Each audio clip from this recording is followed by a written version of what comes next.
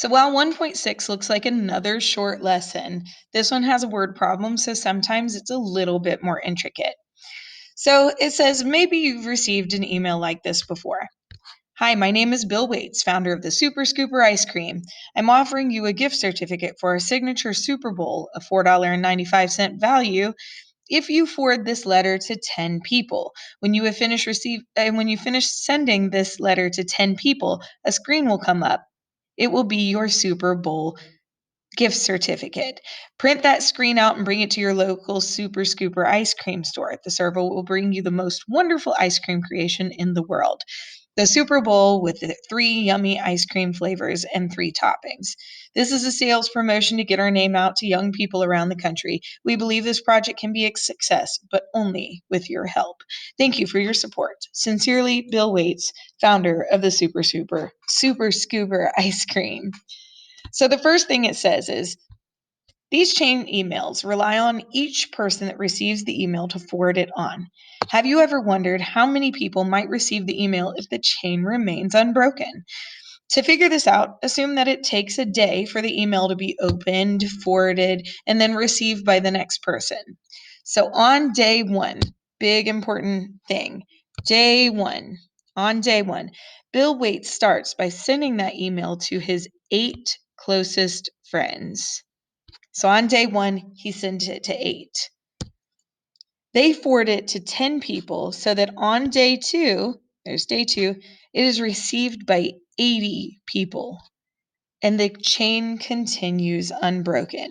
So you also have to include this idea of everybody forwards it to 10 people. So how do we look at this 8 closest friends and use that 10 to make it 80 people? And that's through multiplication. So it says how many people will receive the email on day 7. So we're going to make a vertical table because that sometimes is the easiest way to set these up and to really visualize them. So we know our X values are the number of days.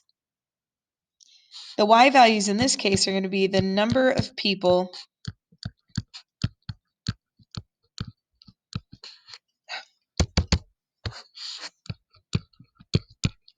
receiving the email.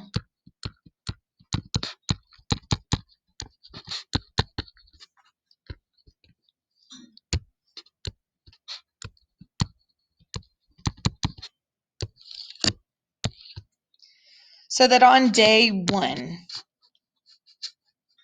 it was 8 people who received that email.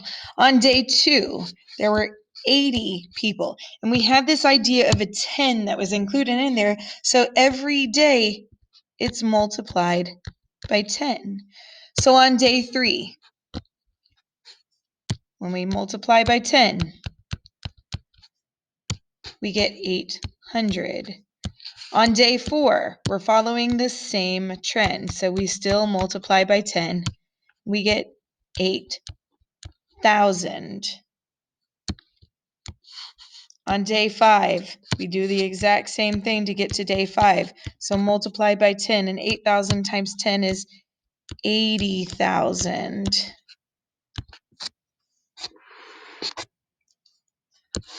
So day 6, follow the same trend.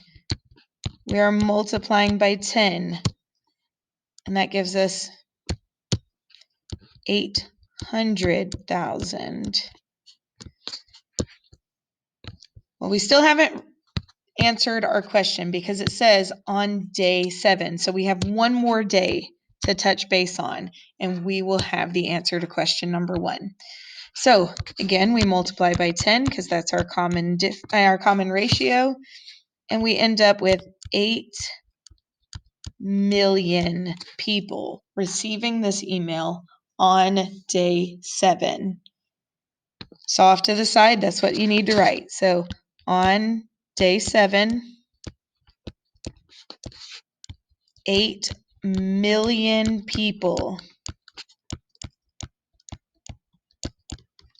will receive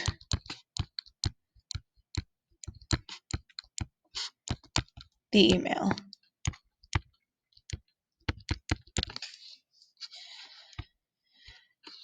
So most of the time, these chain letters don't actually make it that far. But hypothetically speaking, if it did, there would be 8 million people with this coupon at the end of the first week. So then it says, how many people will receive the email on day N? Explain your answer with as many representations as possible. So we're going to go back to like we did in not Unit 5, 1.5, Lesson 1.5, and we're going to write the recursive and explicit formula. So the recursive formula.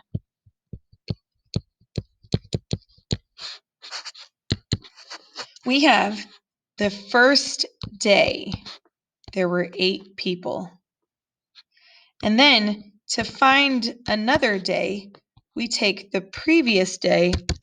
Sorry, I'm going to stick to the formula sheet way. So that every day we multiplied it by 10 times the previous day in order to find out the next day. So 10 times a sub n minus 1. So the explicit formula. I'm going to stick to my colors. The 2 pieces of information you always need to know is the first term and the rate of change, whether it's multiplying or adding on every sequence. So the explicit formula, we have a sub n equals a sub 1, your first term. And we're going to multiply that by your common ratio. And we put an n minus 1 in the exponent because we use the first term. So now it says, if Bill gives away a Super Bowl that costs $4.95 to every person that receives the email during the first week, how much will he have spent? Well, we know that there's 8 million people who have received this coupon or this email. And if each of them gets a coupon for $4.95, we would multiply those to find out how much, so per person, to see how much money's worth of coupons he's given away. So if you do 8 million times $4.95, you get